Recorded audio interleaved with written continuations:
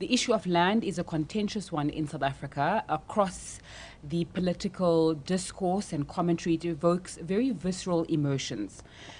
Before we begin, I'd just like the CEO of Business Leadership South Africa, Busi Mavuso, to say a few words, and then we'll get into the discussion. Good afternoon, everyone, and thank you very much for making the time to join us as we have this very critical conversation today around this very contentious issue of the land expropriation without compensation. And we have chosen to theme the topic today around land expropriation without compensation, turning a disaster into an opportunity. I think let's acknowledge that we are having this conversation during a very critical time in our country. COVID-19 has exacerbated our economic crisis, and it has intensified the hardships of the South African economy. And it is interesting for me how this crisis has just exposed just how unequal we are as a society and just how fractured our democracy is. I think many of you would have seen a WhatsApp message that was sent by some Indian doctor at the beginning of the lockdown around March. And he was talking about how the ways to ward off the virus seem to be accessible only to the affluent.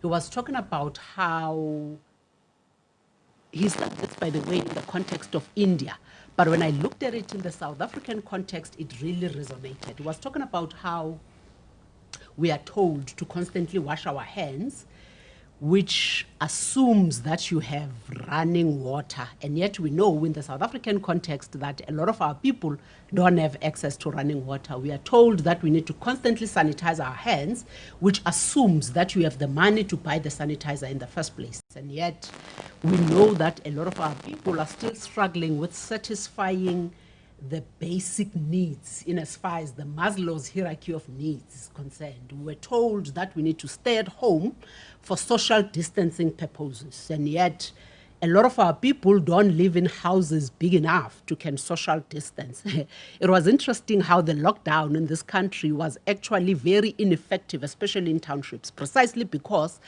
people live in circumstances where you have to wake up and go out there. Ladies and gentlemen, we're talking about land expropriation, how we turn this disaster into an opportunity. You know, the biggest ticking time bomb for me in this country is just how unequal our society is.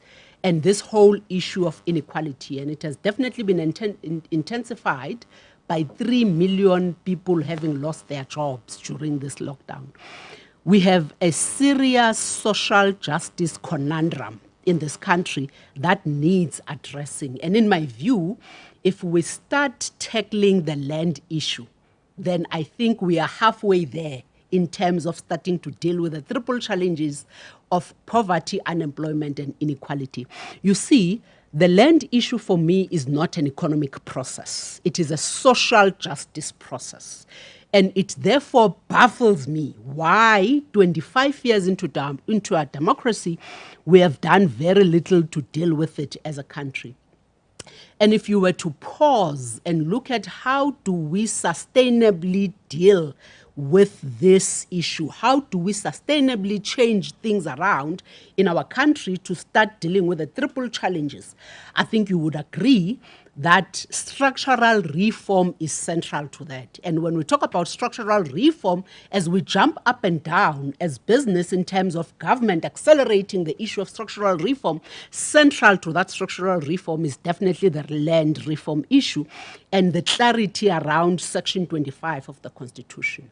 And maybe at this point, allow me to submit that BLSA acknowledges the legacy of property ownership and the fact that it continues to be an obstacle for transformation, for economic growth, and for human development. Our unique history as a country of dispossession and the current triple challenges of poverty, inequality, and unemployment require strengthening and a spreading of property ownership. So to this end, the BLSA definitely supports the pursuing of an accelerated land reform project, which includes expropriation.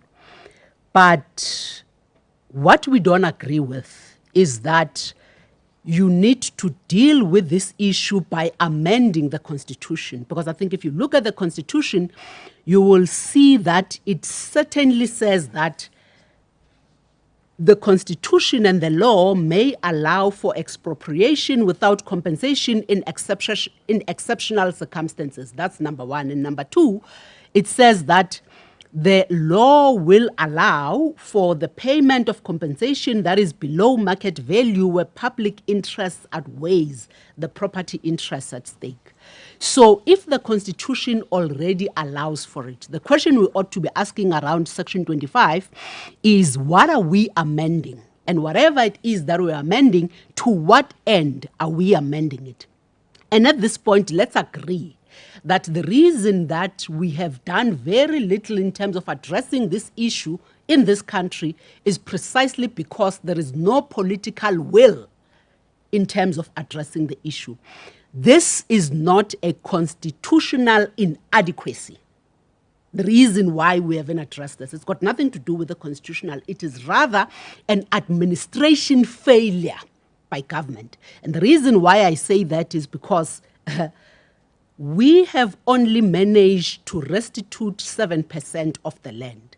So if we thought this issue was critical to the social justice agenda that we are pursuing as a country, surely we should have done more in as far as restitution is concerned. We wouldn't be sitting in a country where the land claims court is understaffed with only one permanent judge, and you have all the other judges that are rotating, which therefore means that the decisions in as far as the land claims court is concerned continue to change, and there is no stability in as far as what we're doing in that space is concerned. I'm definitely looking forward to this discussion. I'm looking forward to it because I'm hoping that the experts that we have in the room, I'm definitely no expert when it comes to this, I'm hoping that the experts are going to shed light around how do we turn this disaster into an opportunity as a country, and what the amendment of Section 25 of the Constitution ought to be, and more importantly, what are some of those non-negotiables that we're actually going to have to look at in amending Section 25 of the Constitution. Ladies and gentlemen, allow me to stop there, Madam Facilitator, and hand over back to you, and let's allow the discussion to continue. Thank you very much for joining us, and looking forward to this critical discussion. Thank you. Thank you very much, Busi. So, recognizing the injustices of the past, as you've touched on, the South African government has tried to address the land question through land reform, which has been described by Thembeka Nkwaitobi in his capacity as an acting land claims judge as an unmitigated disaster. The South African government published a draft land expropriation bill for public comment in December 2019. The bill provides that where land is expropriated for the purposes of land reform, the amount of compensation may be null. So let's get into this debate. I'm going to start with you. The Centre for Development and Enterprise made a submission to Parliament regarding the review of Section 25 of the Constitution with the support of BLA, saying, and I quote, "Changing the Constitution will not address the major land reform challenges," some of those that Busi has spoken about. What will?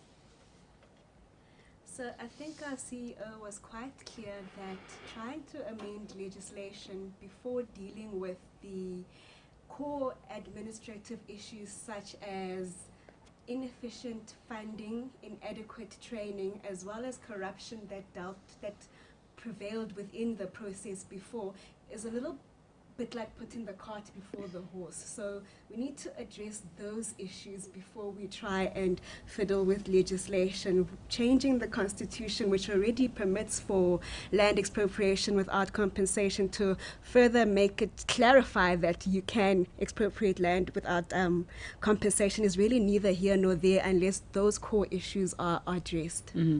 Martin, you share the belief about not needing to change the Constitution and believe that expropriation should only be done under quite narrow circumstances, including only apartheid dispossession where the current owner knows about it.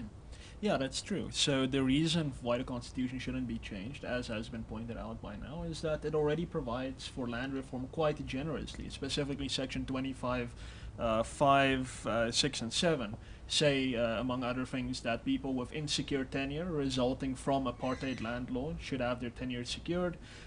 People who have had their land dispossessed, or their descendants, of course, should be able to claim that land back, and that process has been inefficient. And simply that government must strengthen property rights. That is the point of Section 25. Government must ensure that South Africa is a property rights respecting state on the international arena. The Expropriation Without Compensation bill, the Constitution 18th Amendment bill, goes directly against this. It conflicts with our founding values. Section 1A of the Constitution says that South Africa is committed to the advancement of human rights and freedoms, and what government is doing is specifically undermining an established and vested right to compensation.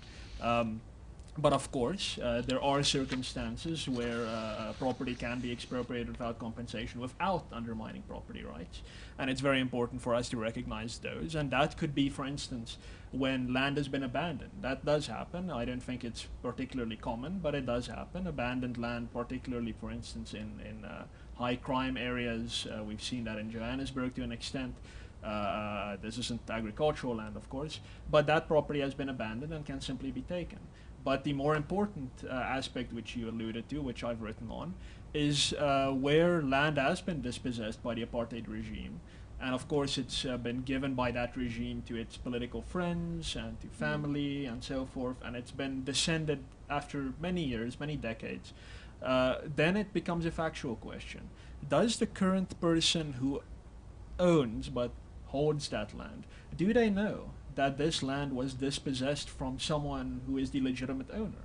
And if that is true, then they are a mollified, malicious possessor of that land, and it should be, it can legitimately be taken from them without compensation and given to the legitimate owner. However, I think that's probably rare. I think most people who own land today probably bought the land on the open market, and they wouldn't know the history of the acquisition of that property, meaning they've based their livelihoods and they've built businesses with the good faith assumption that they are the true owners of that land.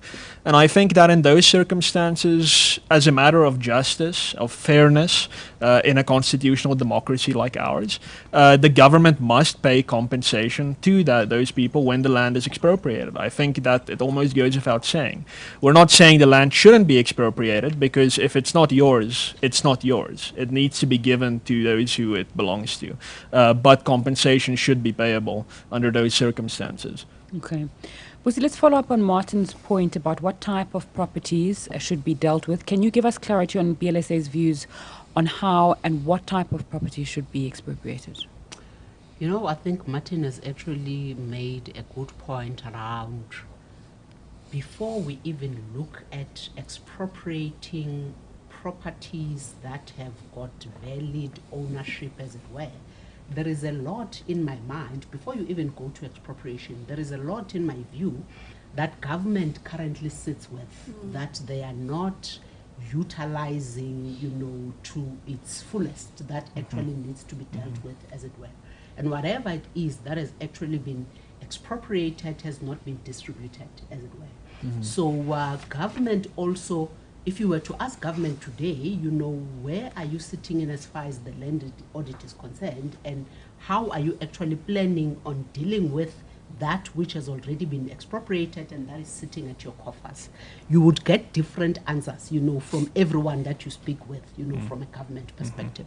So unless and until there is clarity in terms of, you know, what does government own, what does government need, and what is it that can actually be distributed, you know, to allow for what we need to achieve in as far as what the expropriation is intended for, then we have no business actually causing the ructions that we have caused as a country, and therefore putting the investment, you know, at stake, you know, by talking about expropriation without compensation. Because let's agree that the reason why our investment initiatives, you know, even when we have employed investment envoys to go and try and seek and try and get investment into the country, the reason why those efforts have been in vain is precisely because of the uncertainty around some of the critical policy areas. And the biggest one has been that of Section 25 of the Constitution in as far as expropriation without compensation is concerned, because forget about trying to get investors into the country when you cannot guarantee them property rights. Forget about trying to get investors into the country when they don't know that what they are bringing in, they'll be able to actually take away when they leave the country. And I think that is the critical issue, to say our house is not in order, so we have no business, actually creating the uncertainty that we have created. But I think the most important point for me as well is that this whole issue around expropriation without compensation, if you were to ask me, I really think that this is government hiding behind their thumb.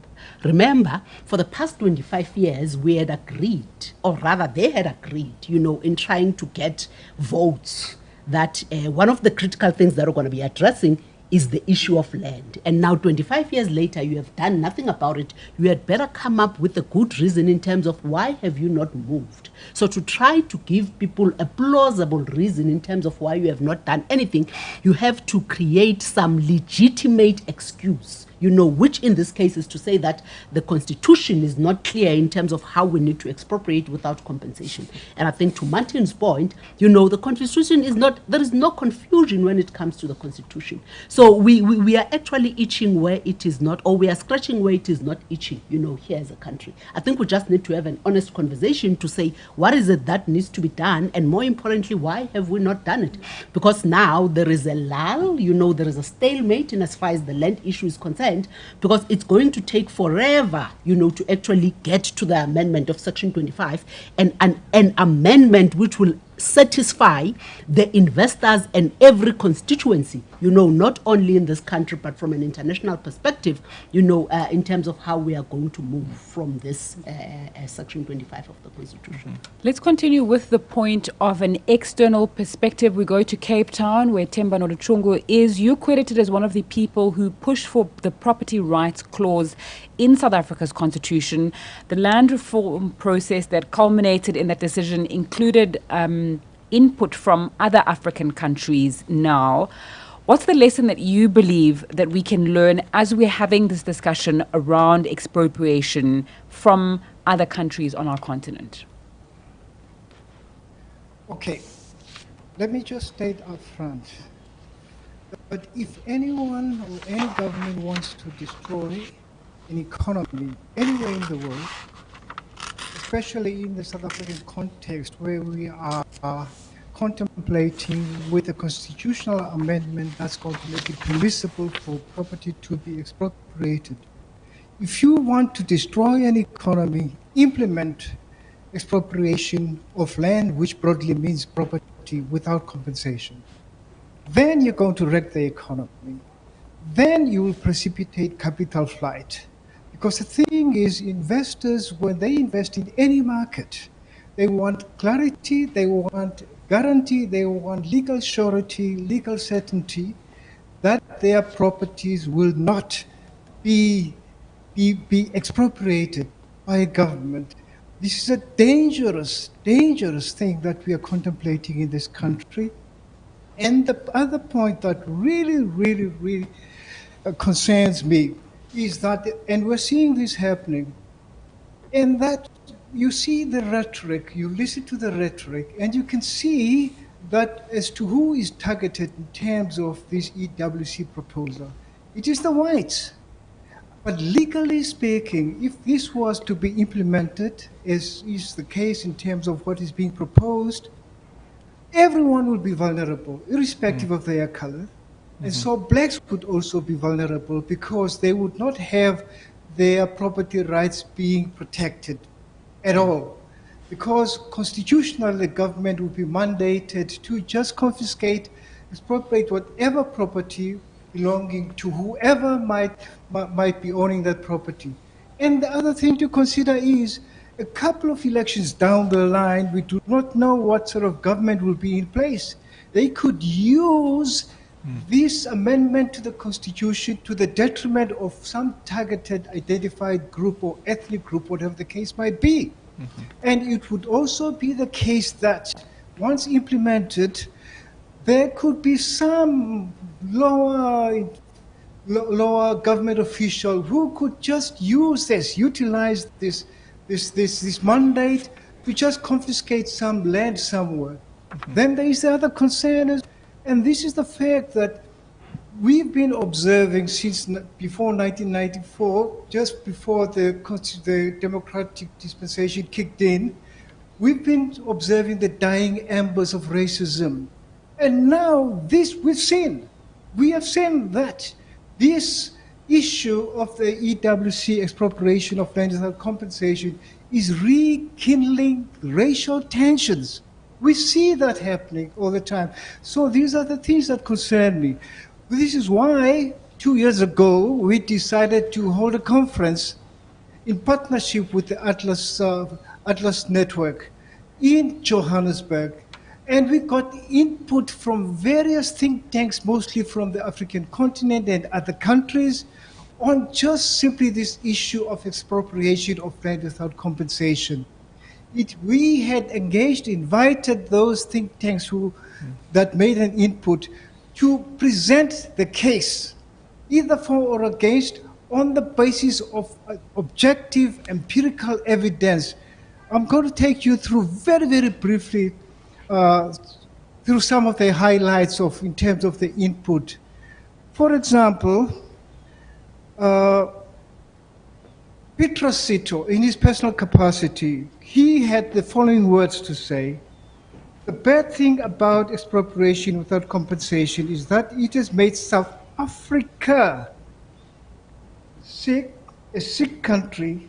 On the one hand, we have nervous and scared landowners. Okay, that's very, very brief. And I can move on to the next input from Egypt. These are think tanks. And in Egypt, the input was, and I highlight the major essence of their input. The idea of land itself has been related to honor, ancestry, family, and the right to live itself. Then there is the input, which is also very important, from Linda Kavuka, representing a think tank that is based in Kenya. She had the following to say: the kind of politics intended by the proposed expropriation without compensation law cannot have a happy ending for South Africa. It will be a great pity and a big blow to the entire continent to watch the star of Africa fall from its glory and dive into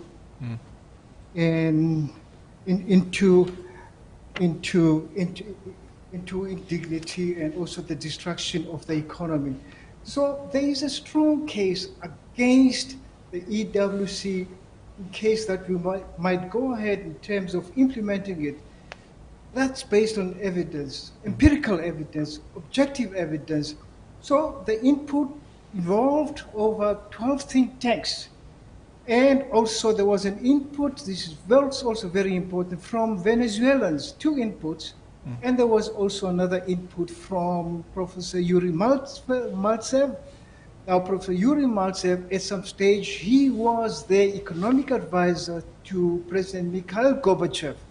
So these are the inputs that really have to be taken cognizance of, especially by those who are bent on getting the EWC to be implemented, that is expropriation of land without compensation. It is a disastrous path that's being contemplated at a time when the economy is contracting.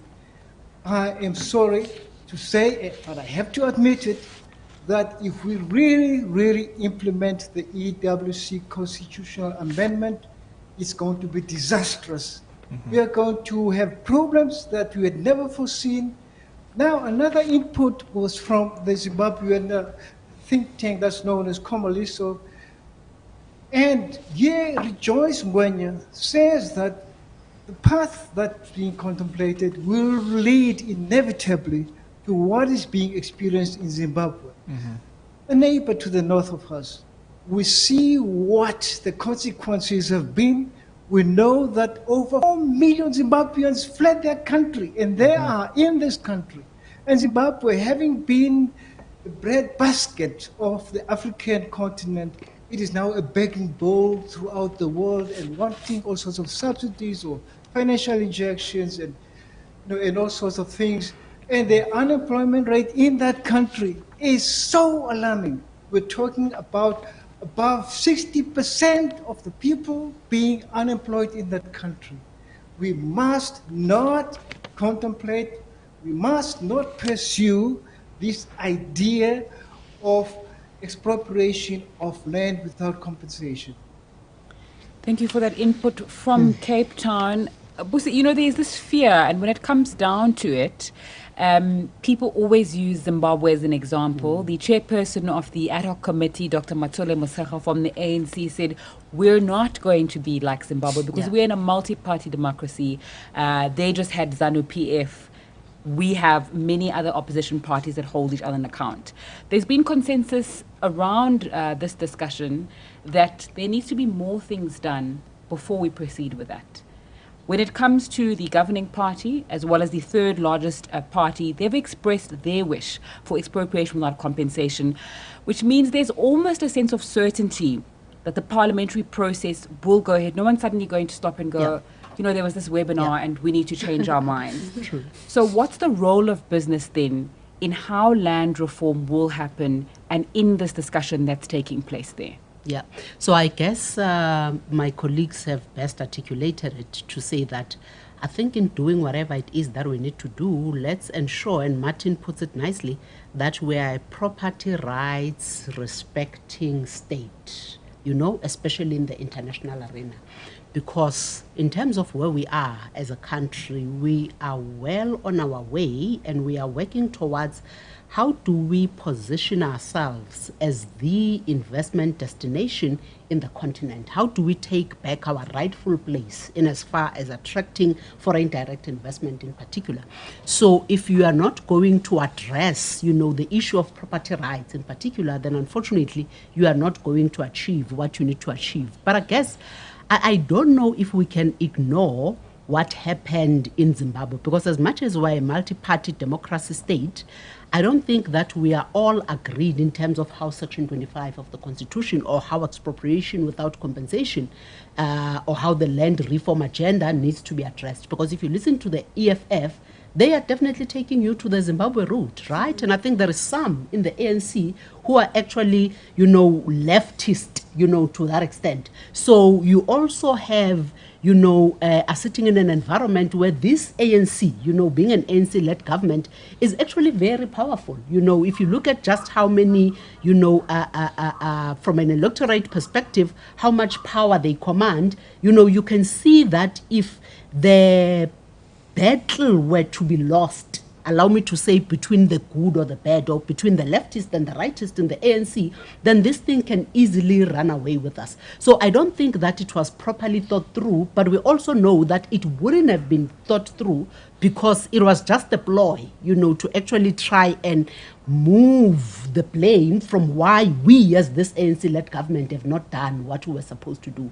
So I don't think that we need to relax, as a country. I don't think that business can actually, leave this process to the parliamentarians and say that they've got this covered because we know they don't. There are a lot of decisions that have been taken in this country that are not pro-SA, that are not pro-business, that are not pro-working towards establishing a conducive environment in this country. We also know that we have actually been very lethargic in terms of ensuring that the issue of policy certainty and policy stability, is attained in this country. So I think the role of business in this case would be to have to work with the government to the extent that they allow us to say that what is it that we as business would respond to? What are some of the non-negotiables that are going to have to be present in the amendment of the Section 25? Because to your point, let's agree that we have lost the battle, that we're not going to amend Section 25. It is going to be amended. But I guess let's therefore organize ourselves to say that what the amendment ought to look like and to what extent do we address the issue of property rights in particular. Can I add to that? Sure, you can. Before you go to Martin. So when we talk about what the constitutional amendment should look like, it is to deal with, it should be limited to land, first of all, and it should retain the power of the courts to determine what just and equitable compensation is, including nil compensation in extreme circumstances. What the bill does right now is it applies to land and improvements on land, which is quite problematic. And our submission is that improvements of land should be dealt with in the normal way of just and equitable compensation for what those improvements on land are and should be. And to Temba's point around the fear and the worries that anybody could come take anybody's land and we are all subject to it. I think the fact that both the Expropriation Bill and the 18th Constitutional Amendment Bill still deal with the centrality of the courts at the end of the day to decide what is just compensation sort of detracts from that worry and fear that it's not going to be an arbitrary government decision. You still have redress to the courts as a last option if and when necessary to prevent and protect yourself from that sort of arbitrary decision making. Of course, it's not nice to have to go to court to defend your property, and one wouldn't want to, but it really isn't going to be a random selection of property that will then be subject to expropriation without compensation. And the Expropriation Bill also clearly lists the sorts of properties that will be subject to EWC. Martin has spoken about a few of the properties, and Sisbusi has also spoken about state-owned land that is underutilized and unused rural and urban land that has been abandoned, or property and buildings that have been abandoned. But the problem with that, with the Expropriation Bill specifically, is that that list right now is open-ended. So they've got a few examples, but it's not closed. And our preference would be for that list to be closed so that everybody has that policy certainty to know that this is the policy, this is the types of property, and nothing else that are going to be or could possibly subject to expropriation without compensation. An open list sort of then leaves that uncertainty and door open for any other sort of property to be subject to that, which is quite concerning to us. And the role of business, other than to speak about property rights and enforce the property rights, especially how property rights are key to investment, I think business has come to the party to work and collaborate with government. And through NEDLAC, I've been to numerous processes where businesses and business organizations in the agriculture sector have put together models as to how this transfer can be done and how emerging black farmers can be tutored and mentored by existing farmers before the transfer takes place. I know BASA at some point was working at putting together some funding models, and I know there were a number of mining houses as well that made their property that wasn't necessary for mining anymore open to agricultural purposes. So we have been coming to the party as business in the best way possible to assist the government with its aim of redistributing land to those that need it. It's just the policy certainty that is required and not leaving it open-ended that will then boost the investment that we require. Martin, I just want you to pick up on a point that both Debele and Busi have made around the courts. Your concern is that there's going to be a perceived loss of power of the courts to Parliament, and there's going to also be an erosion of the values of human rights if we proceed as we're going to. Yeah, so firstly, the problem with the amendment bill itself is that it delegates to Parliament an unrestrained discretion to determine under which circumstances land could be expropriated without compensation. And Tebele points out correctly that is contained in the expropriation bill. So viewers should be mindful that there is a difference between the constitutional amendment and the expropriation bill, which is ordinary legislation that Parliament can change by a 50% plus one majority, which the government comfortably controls. The Constitution can only be amended from 2/3 majority upwards.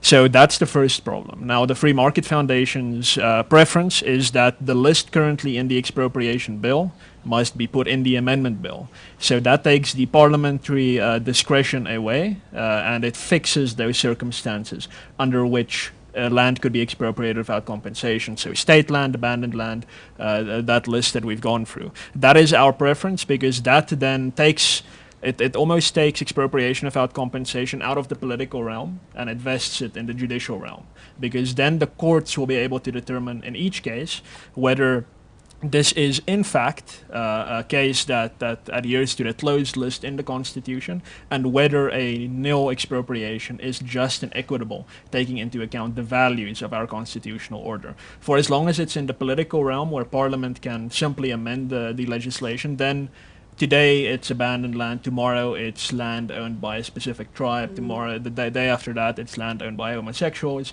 We don't know where it could go. It's a terrible idea to leave EWC in the political realm. But if we want EWC, which I stress we should not want, but if we do want it, it needs to be in the judicial realm.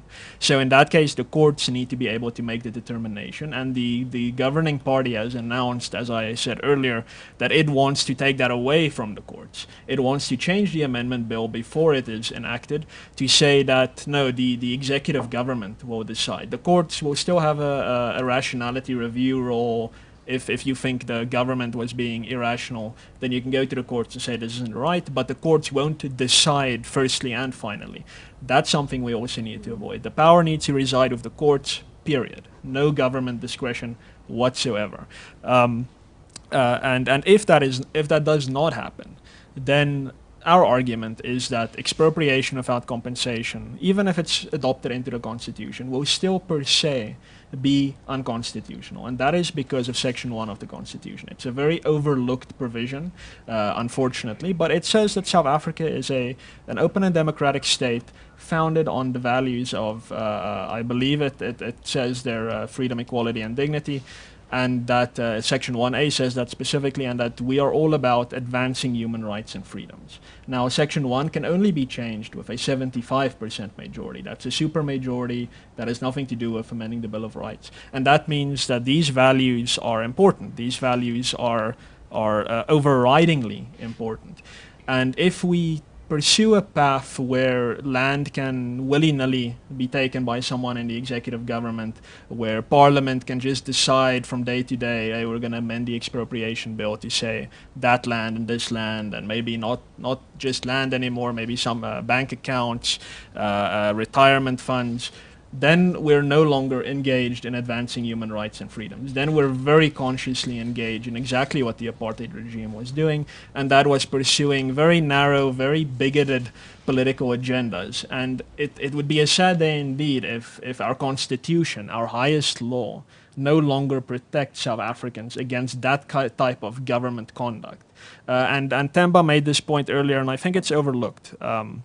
That at the end of the day, the poorest and most vulnerable South Africans will be the ones who suffer most. Wealthy South Africans who currently are said to own this massive majority of land, they still have access to lawyers. They can fight whatever government does to expropriate their land for years in court. And if they lose, they'll say, well, okay, goodbye, we're taking our money and we're leaving. Poor South Africans have been subject to expropriation without compensation in this country forever, and still are, because they, by and large, do not have title deeds to their property. They still live in shanty towns, which they do not own. They don't own the shanty house they live in, and in townships where the municipal government still owns in title the land that they own, live on. And a 1991 law, the Upgrading of Land Tenure Rights Act, says that, in fact, the people who live in those townships are the owners, and they should receive their title deeds. But government has been extremely lax in actually doing that. And that means that up to now, these people still don't have any proof of ownership, and government can come and say, yeah, you need to leave now. They'll say, but this is our property, and they'll say, prove it. And they can't, because they don't have a title deed. So as we sit here right now before the amendment bill is enacted, expropriation without compensation exists in South Africa, and it's directed at the poorest and most vulnerable South Africans. And if we adopt the amendment, it's going to formalize that. We shouldn't go down that route. We should stick with the values that our Constitution declares as supreme, and that includes property rights. Many naysayers would say no, but property rights are very fundamental to your prosperity, to your dignity, to your right to equality, your ability to provide for yourself. And we will make a massive mistake by undoing 26 years of imperfect but good progress towards the ideal of having a prosperous, freedom and rights-based society if we do this recklessly. We have heard a lot of consensus on this issue, a lot of fear about what could happen. Tim, I'm going to come to you now. One of the counters to the fear around expropriation without compensation is people quoting the Mineral and Petroleum Resources Development Act, saying that there has been a sort of expropriation before and there hasn't been chaos. So talk to us about what you believe the specific consequences of expropriation without compensation are more, and to follow up on the points that have just been made in Johannesburg.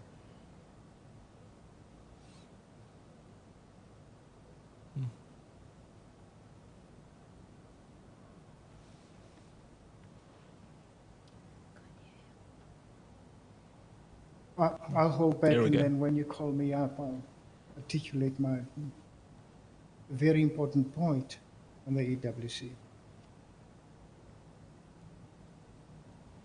Who's responding to this? Martin, are you? No, it was directed We are at asking you to respond to it. Sorry, we just lost your sound for a moment there. The question, maybe ask it again. Or I'll tell you what the whole what has happened to the mining sector.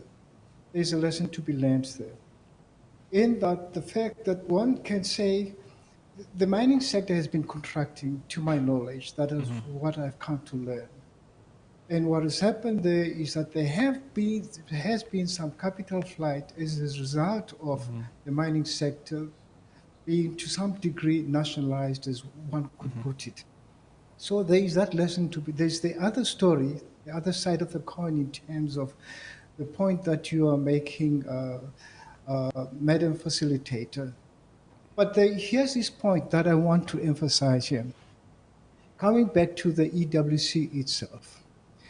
The explicit, frank view of the Free Market Foundation is, first of all, that the battle is not lost against the EWC, that we're still going to fight it because it would be disastrous for the country.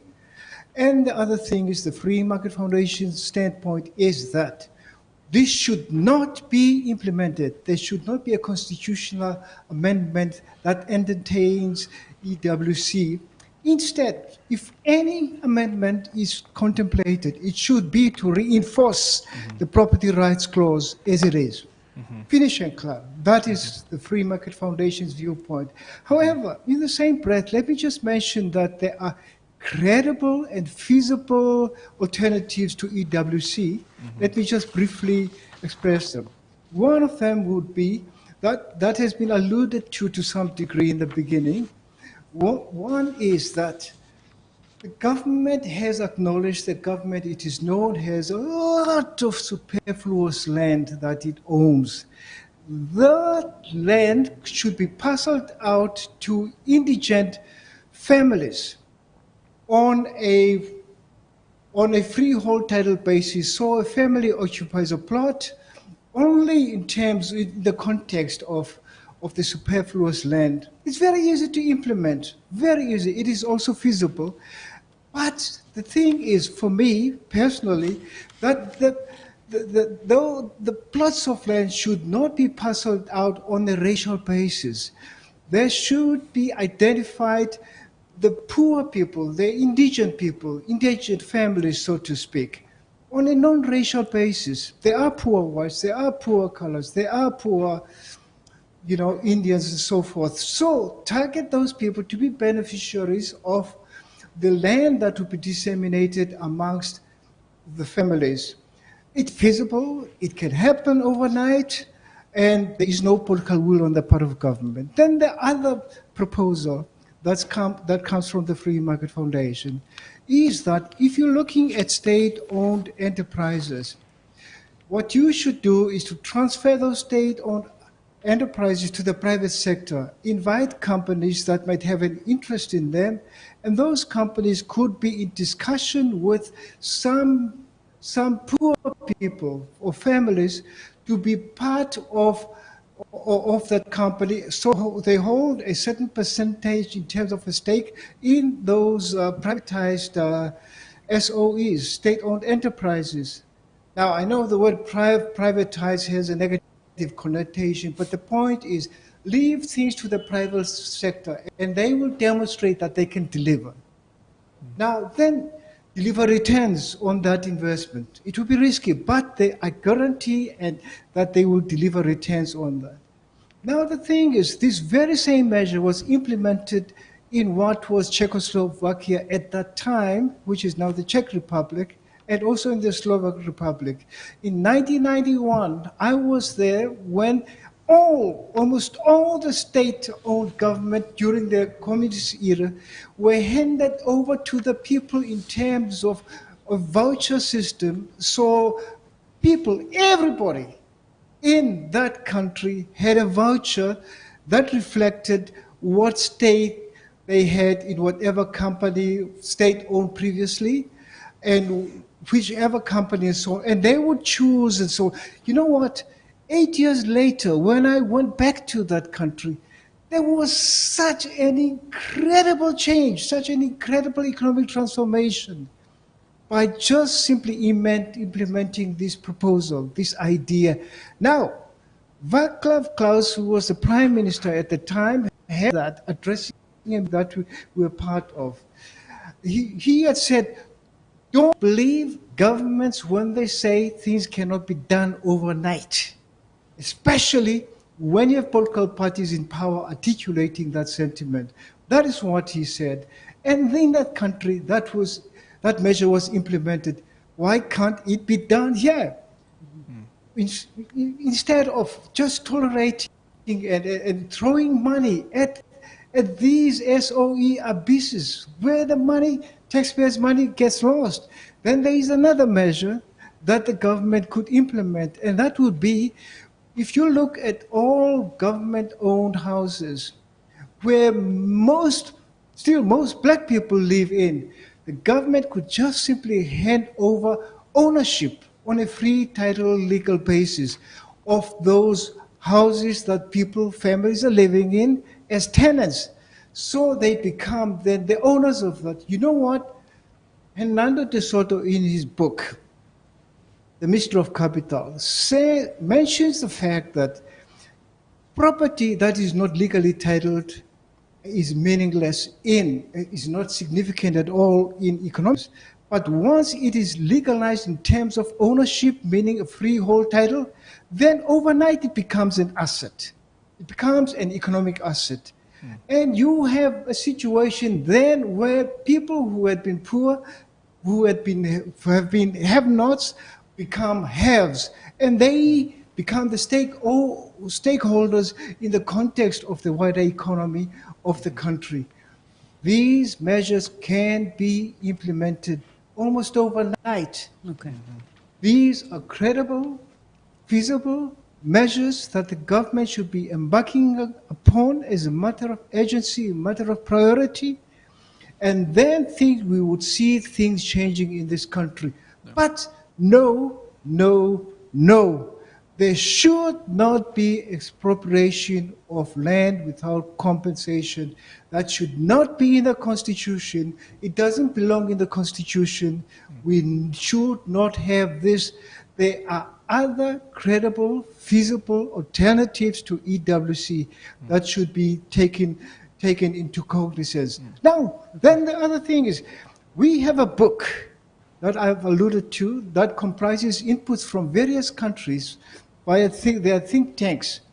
And they all echo the same view, and that is, do not implement EWC legally, constitutionally in South Africa because of these negative consequences in our countries.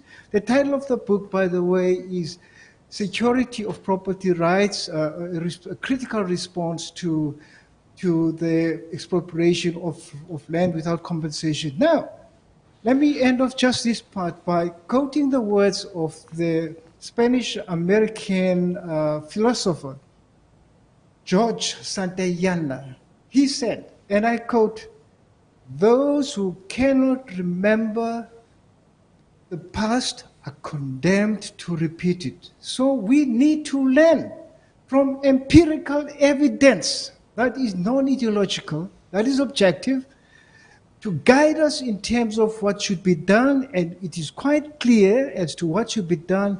We should not do anything that will negate or diminish the protection of property rights in the Constitution.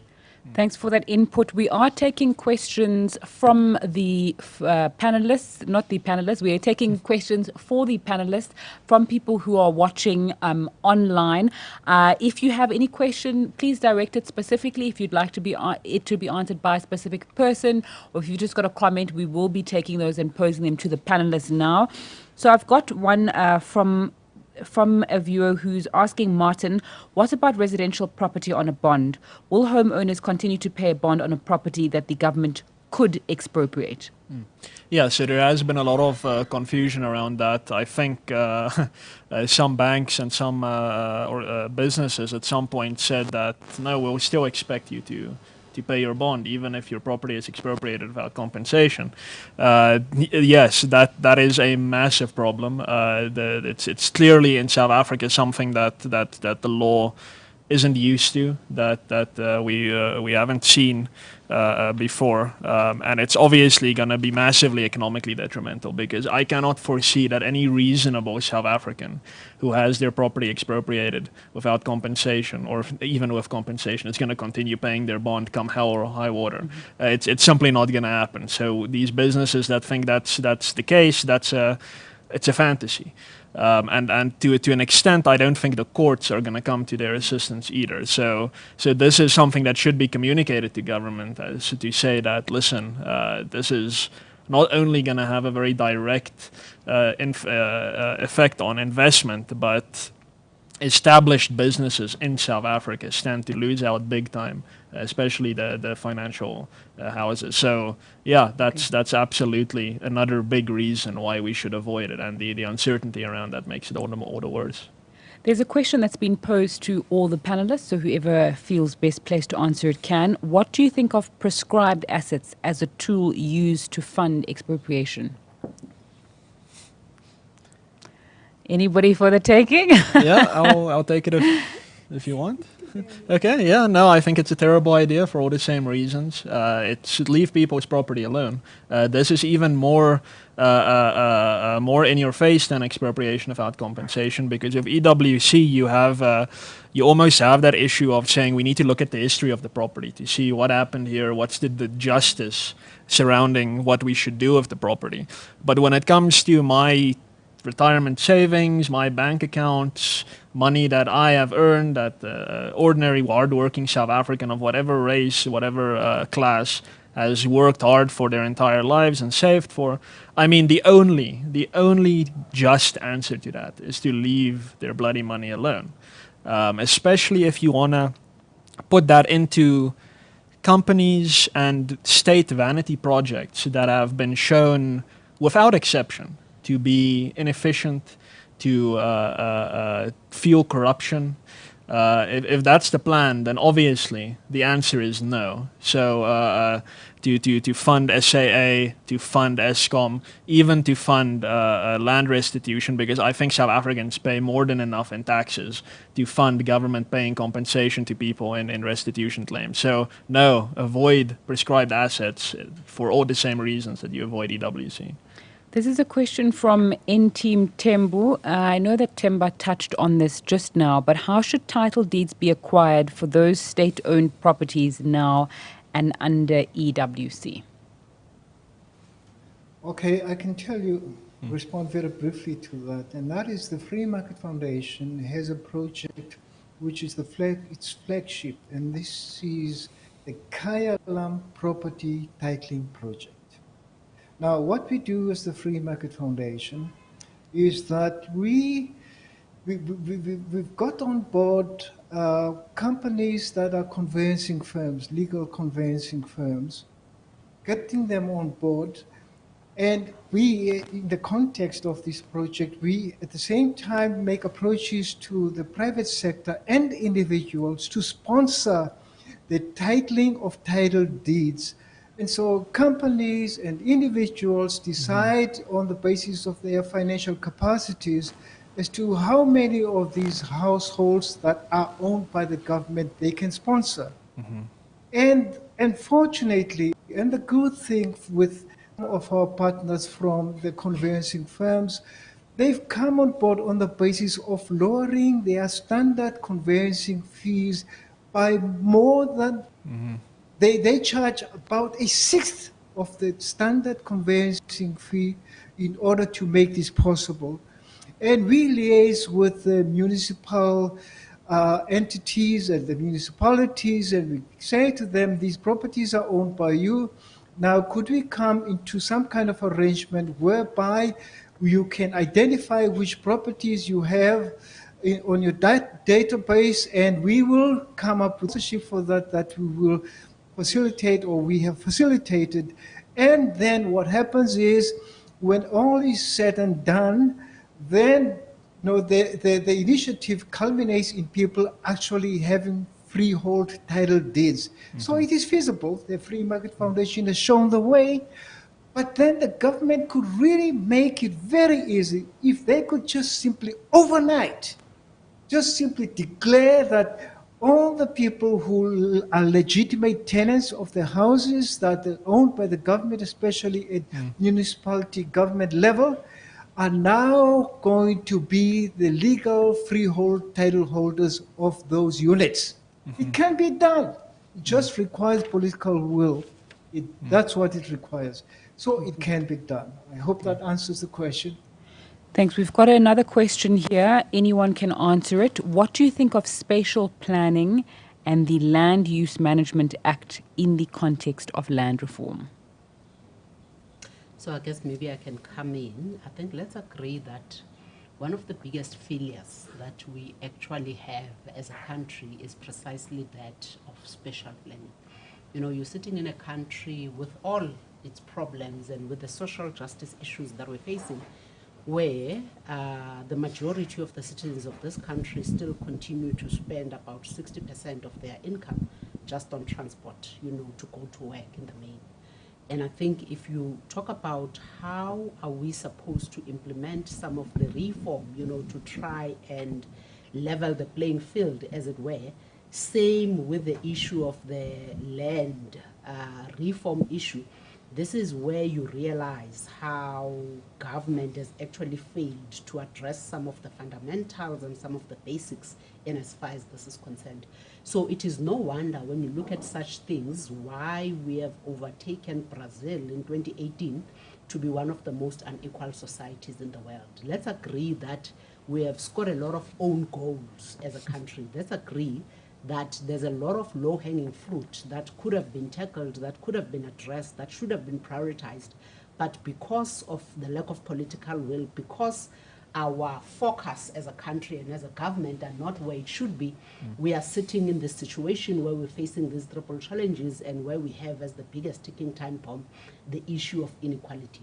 So there is a lot of talk, I know, around government corners in as far as creating, I guess, smart cities and but I guess I don't know if it is not a little too late, but I guess better late than never, right? So I think the issue of spatial planning, I think, is one of those really that South Africa has not done anything about. I don't even want to say we have done little about. We really haven't moved, you know, so we are yet to actually really focus on how do we adequately address and how do we sustainably address the issue of spatial planning. If I could just... Sorry, I need to, I'm trying to run as much as possible as close to time. There are very specific questions for both of you, so I'd like you to answer them. And if we have time at the end, we can come back and comment. Debele, have you reviewed court cases? How would you interpret just and equitable compensation? So just and equitable compensation is something that Section 36 is quite clear about.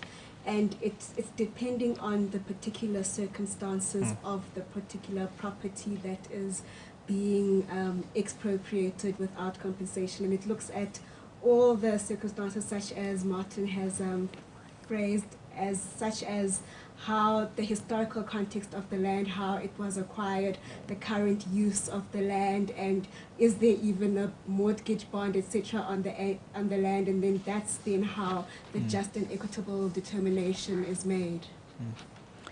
Martin, there's a question here for you. Why do you see the bill as taking away the powers of the courts? Is it not taking out the judiciary in policy-making decisions and following up on the separation of powers doctrine? Yeah, so the bill currently does not take away powers from the courts. The bill as it currently stands, I think, quite properly vests the power in the courts. But what I was referring to earlier was that I believe it was the chairman or the co-chairperson of the committee drafting the amendment or engaging with the public on it, saying that they don't want that to stay that way. They want to replace that provision. So they want to update the bill, or downgrade the bill rather, to one where the courts don't occupy that position anymore, but rather the executive. The reasons for this are, of course, the notion that the executive is quicker and etc. But of course, that's nonsense. On the policy aspect, I think we need to be very careful by taking rights vested in South Africans in the Constitution and saying that government can just deal with this as a matter of policy. I think that the Constitution says you have these rights as South Africans, and because the Constitutional Court specifically and the courts in general are the guardians of the Constitution and the Bill of Rights, we need to say rights have nothing to do with policy. The courts need to decide whether your rights are being violated or respected. Okay. Then there's another question for you. Will EWC affect residential property? Can it be taken without compensation? I would say, as things currently stand, yes. So government simply needs to. Was it for me or for today? Yes, oh, for me. Sorry. If government makes an argument that this is for land reform purposes and expropriates residential property, then it can get away with that, because, as Tebele pointed out, the bill refers to improvements on land as well, and that could include houses, etc. It's going to get difficult for government the further it moves into cities, for instance, but it's very conceivable on the current language of the land that it can, at some level, expropriate residential property without compensation.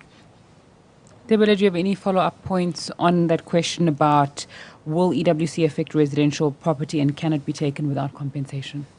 I agree with Martin's reading on it, and like I said previously, the fact that it refers to improvements on land, that obviously means houses and buildings on the land, which then can possibly be expropriated without compensation if government makes the case for it. And I was quite clear that our submission is that improvements should be left out of the EWC equation altogether, and that should be subject to the normal just and equitable test as to what reasonable compensation is for those improvements on the property. Mm-hmm.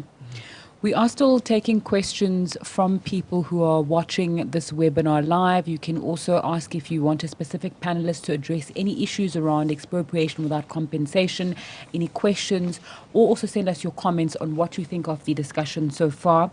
I know a little bit later on, we've spent a large part of the discussion speaking about the potential consequences and what has gone wrong. Mm-hmm. But I think in any discussion, there needs to be also a look forward to what are the best case scenarios. Deborah, I know you've touched on this as well, and how best expropriation and the broader issue of land in South Africa can work from a business perspective, from a think tank perspective. Mm-hmm. So I'm going to wait and see if there are any more questions coming in. Temba, while we wait, I don't know if there's any comments you'd like to make on any of the submissions the panelists have made so far. Well, I'd like to comment on the point that you've raised in the course of posing your question, the statement that you just made, and that is, we talk about potential consequences of EWC being implemented. These are not potential consequences. These would be inevitable consequences based on empirical evidence in terms of expropriation of property, of land, having been implemented in various countries as reflected in the book that I have mentioned. And And that's the reality. These are not potential consequences. We are seeing something happening right now before even the EWC is constitutionally made permissible and the government is mandated to go about confiscating people's properties.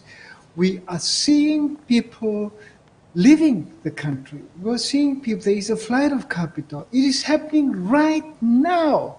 Right now, it is happening right now. We're losing so a great deal of expertise, and with people who've been involved in the agricultural sector, we're losing all these people to neighboring countries like Mozambique and also further beyond the African continent. It is happening right now. Right now, we need to take cognizance of this, and especially the policymakers must not stick their heads in the sand, because this is happening right now. It should be taken cognizance of. And all this is saying is that, look, do not even discuss any further the idea of implementing the proposal as it is right now. And so the thing to do is just simply to not entertain the idea of making these constitutional amendments so as to make it permissible for government to confiscate property. It will lead us to a Zimbabwean situation. It will inevitably, this is not a potential consequence. It's proven that it will be inevitable. This is what's going to happen. Flight of capital. At that moment, before the ink is dry in terms of the constitutional amendment being enacted, before the ink is dry on that, we will have such a flight of capital that the policymakers' heads will just spin.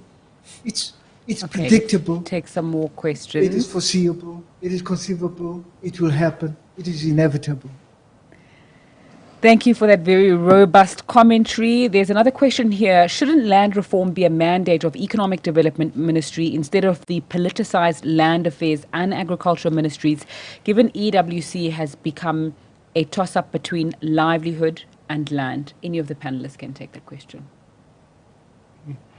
I think my colleagues are more qualified to answer this than I am. But I think I'd like to think that precisely because you are dealing with addressing the social injustices that we have in this country, because let's not forget why we are dealing or why we have this issue on the table in the first place. We are trying to correct what the 1913 Land Act did, right? So I think in trying to right those wrongs, it definitely has contributed to the economic dispossession, of the majority of the citizens of this country.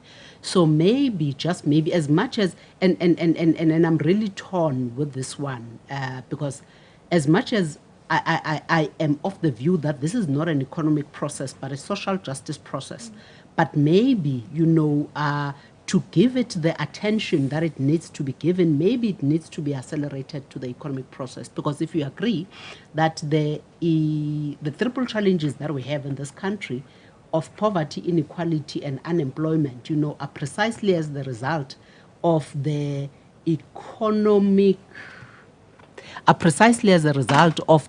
economic injustice that we have in this country. So it could be, it could well be that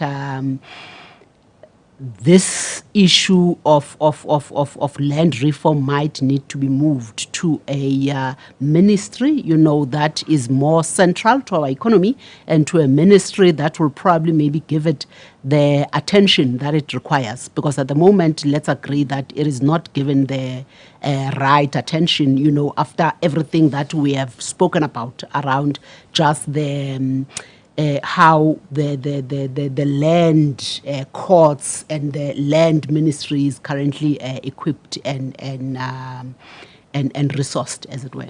Okay. There's a comment coming in from Andrew Barker. The state has failed dismally on spatial planning. Yeah. Lots of talk, but lack of implementation by pushing greenfield instead of brownfield development. There's also another comment from Hoboko Motiba. who says land access without livelihood is an injustice to human dignity. Communal land rights regime continues to demonstrate this injustice.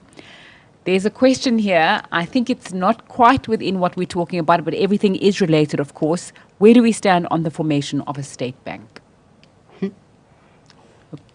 Geez, hopefully we're very far away from creating another state-owned I enterprise. agree. So let's put that out of our minds. I think my question to that would be, to what end? What are we trying to achieve with a state bank? You've got all the DFIs, you've got the land bank, you've got there used to be a TIBA bank. I don't know if it still exists. So I think probably maybe if we were to properly define the problem statement, to say this state bank will achieve X, there's the post bank, there is, and the list is endless. The government currently sits with more than 743 SOEs. What is it that this state bank would achieve that the commercial banks, the DFIs, and everything else in between that the government owns is not currently achieving? So I think if we were to clearly identify that problem statement, then we would see what it is that we're trying to solve for, and let's come up with a rational solution. I don't think that we need to be going with these headlines, around state bank, and they are also talking about a state pharmaceutical company, and it would be disastrous if South Africa were to think, and this government in particular, were to think of creating yet another SOE when they are failing at the current 743 that they have, where all of them are dysfunctional, all of them. Okay, we're going to see if we've got questions just before we wrap up. I know there is another question coming in. I'm just waiting for it. Temba, you've got a comment to make there in Cape Town? I'd like to mention that I support fully the statement that's just been made. The thing is, what is the government's interest in running a business? Government should not run a business. Government's responsibility should be to bring about a policy environment that's going to be conducive to the proliferation of businesses, as a consequence of which wealth will be created, as a consequence of which employment will be generated. Government should just remove unnecessary legislative, regulatory impediment of enterprise, thereby making it easy for people to go into business. That is all that the government should do in the economic arena. Government should not be involved in running a business itself, because inherently government is not able to do that. And the reason being the fact that the people in government, if that business, so-called business, were to fail, they would not be personally impacted. They would still ride into the sunset with saddlebags full of money, with all their fringe benefits. So the thing is, if it's in the private sector, everyone is at risk. And so they do their utmost best to ensure that the business thrives, that the business grows, that the business realizes on the investment in terms of labor, investment in terms of capital. That's the bottom line. That's the bottom line. Government should not think of running a business of whatever nature. A colleague of ours used to mention over the years that, based on empirical evidence, which we all should learn from, that when things are in the hands of government, they are in a hell of a state. We have a few more questions coming in. I'd like us to now wrap up this part of the discussion, but there is a comment from Andrew Barker again saying, surely expropriation in urban areas to promote brownfield development will help to address spatial inequalities. Views from any of the panelists. Of course, he's referring to buildings developed on sites previously used for industrial or commercial purposes. He's saying that perhaps can assist. And then another question is, what would be government's justification to perpetuate homelessness by expropriating homes? And the final question is, where is government in the process of EWC? What's their next step? Okay, so to the first comment, I mean, definitely it can address the spatial issue, but it depends again on which land and which property is used to do that. And like we have said, there's a lot of state-owned land that is vacant that could be used to address that. But what's important then is to ensure that such land is close to services and close to metropolitan centers where people do work. So like Sisbusi said, people aren't spending so much money on transport getting to their work and offices, and obviously the land grabs that we are seeing as well. You know, the land conversation is mostly centered around agricultural property, but there is a clear need for urban property and urban settlement, and that is what people are crying out for. So that should be addressed, and again, it depends which sort of property is used to address that shortcoming. Yeah, and I think to build on that, I think urban land reform, as it were, is far more important than rural land reform. That is where South Africans want to be. They want to be around opportunities, recreation. They want to be around people. That's the global trend. That's the South African trend. But I don't think expropriation without compensation should even feature in that conversation. We should be about giving title deeds to people who are suffering currently without ownership in urban areas. And where land has been abandoned, for instance, of course, take that and use it for far more productive purposes. Definitely not in state ownership, but in private ownership. So I think absolutely focus on urban land reform. As to the second question, I think the question about what could government's justification be, I think the fundamental point to remember is that we don't know. We can never know what a future government would do. We can see throughout history what power-hungry politicians can come up with. Some of the worst instances of tyrannical government in history happened in the last 100 years in Europe and in Africa. So it could be anything. They could say that some ethnic group needs more living space in a specific city. So if you happen to not be a member of that group, then you need to be out and someone else needs to go and live in your house. That's possible. I'm not saying this government would do that, but if we amend the constitution to allow government as an institution to do it, we have absolutely no idea what's going to happen in 50 years and 100 years under that same power. So we need to be very, very careful. But I know that we said that this webcast was going to be about turning a disaster into an opportunity, and we haven't really said much about that. But if I could just say that what Themba said earlier, that if we want to amend the constitution, we need to do it to strengthen property rights, especially in the post-COVID context. And that would mean that we need to we should direct the government far more explicitly than the Constitution currently does to ensure tenure security, to ensure that it does not own any unproductive or underutilized property, and that whenever it engages in any type of land reform, and this is fundamental, that government itself must never be the owner. Never, ever, ever. The owner must always be a politically unconnected, ordinary South African. A business, a person, never government, never government's friends. And I think that is how we could approach government with this idea and say, okay, you want EWC, you want to amend the constitution, you have your back against the wall, you nailed your colors to the mast. There is a way to do that, and there is a way to do that by strengthening property rights and saying we are a property rights respecting constitutional democracy on the world stage. And then you need to do these things, define strictly, and really build it around restitution and not around nationalization. So, Tebele, if you could just add your solutions for how we turn EWC from a disaster to an opportunity as we wrap up, and give solutions to the land reform issue. So in order to do that, I'd like to go back to what has previously been stated by the President numerous times and by the ANC itself as well in one of its documents when it started talking about EWC. And it said for a successful land reform program to take place, future investment in the economy must not be undermined. Damage must not be caused to agricultural production and food security, and other sectors of the economy must not be harmed. And those three points have been stated again and again, but obviously it's vague. What does that mean?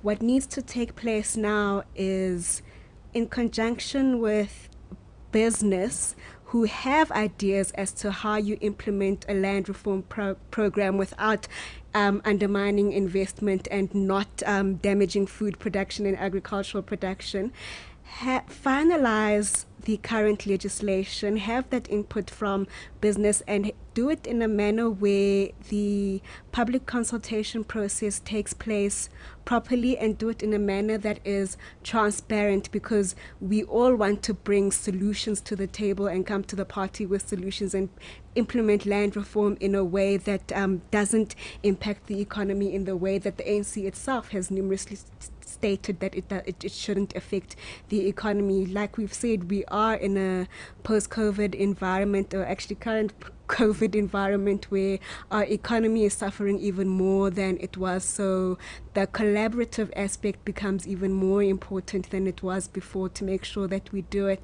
and we do this in the right way. Okay, we're going to go back to Cape Town to just get a closing statement from you. If you can just tell us what's the right way, as Debele has said, to do land reform.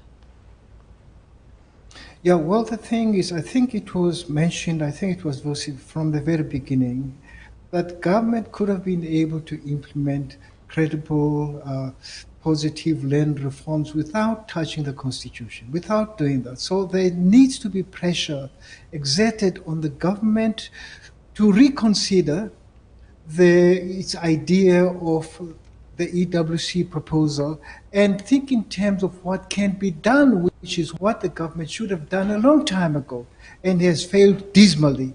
But anyway, let me just again emphasize, explain about the government's superfluous land that it has at its disposal, parcel out to indigent family on a non-racial basis. Now, what the government could do, having that idea in mind, is that the government could make it its responsibility to construct the infrastructure, so there are roads, so there is street lighting, and so there is water that is acceptable, running water that is. The government has enough resources to deliver that. It is a measure that can be implemented in rural areas, And so it would not be necessarily targeting, say, the metropolitan areas, because the government thought that could not be feasible in rural areas. It is feasible. It can happen. That is one of the measures that the government must take cognizance of. I'm going to ask you to please pause it there so that we continue running on time. I would like to hand over to Ms. Mavuso to give us her solutions as well as wrap up the webinar for us. Thank you so much to everybody who was watching and sent in their comments and their questions to us. Over to you. Thank you. Thank you very much. So I think maybe let me also, as I close, thank our esteemed panelists around giving us their views in as far as this contentious and very critical issue is concerned. I think Themba said a very important statement during his opening remarks around the fact that if any government wants to destroy an economy, then let them implement expropriation without compensation. And I thought that was very telling, and I think that really resonated. Let's agree that what we are contemplating and the manner in which we are contemplating it is a very dangerous space that we actually want to enter into.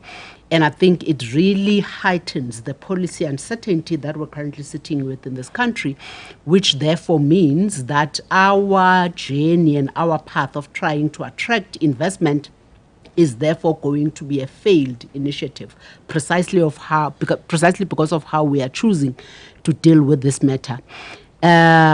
Yes, the issue of land is a very sensitive one, precisely because of our issue of dispossession, and government has an obligation to ensure that we traverse this very carefully, as it were. And I think let's agree to Martin's point that to achieve this issue and to deal with it correctly, we need to be a property rights respecting state in the international arena. And as we move towards amending Section 25 of the Constitution, let's do so without undermining property rights. My colleague Debele talks about the clarity that we need to have as a country around what land means, and let's only limit the expropriation to land. Because let's agree that if you're going to be talking about expropriation of land, and if you increase it to assets, then you start talking about a whole lot of other issues that are going to put a lot of people in a very uncomfortable position. And let's ensure that as we talk about land, we exclude the issue of improvements to land, because that is not supposed to be contained therein. I think we've been very clear as well in terms of shedding light on this issue.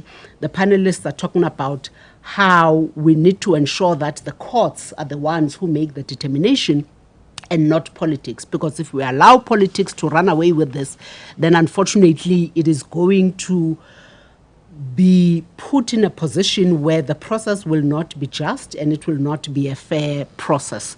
So it's been a very insightful discussion, and I think we have achieved, in my view, what we needed to achieve. We have spoken about what are some of the things that need to be done to accelerate the process. We have spoken about how we need to accelerate the giving of the title deeds. We have spoken about how we actually need to identify what land means in this instance and what type of land are we talking about. We have identified the circumstances under which land needs to be expropriated.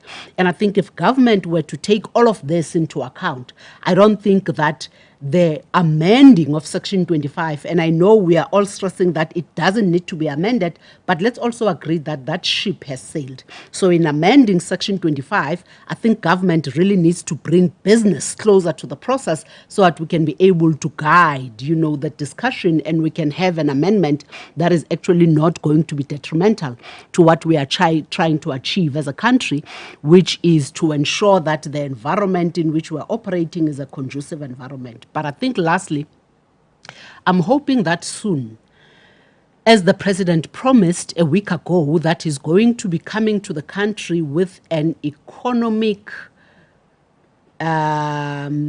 reform agenda, or rather an economic policy that is meant to change the economic trajectory of our country. I'm hoping that Section 25 is going to be enlisted therein as one of the critical issues that South Africa needs to address as we move towards changing our economic trajectory, as we move towards stabilizing our economic situation, and as we move towards ensuring that we can regain our position as the investment destination in the African continent. If we fail to address the land issue, if we fail to address what the amendment of Section 25 is going to mean, then I'm worried that South Africa might as well be on its way to being another failed African state. Thank you. Thank you all very much. Once again, thank you to everybody who watched this webinar and participated. Good afternoon.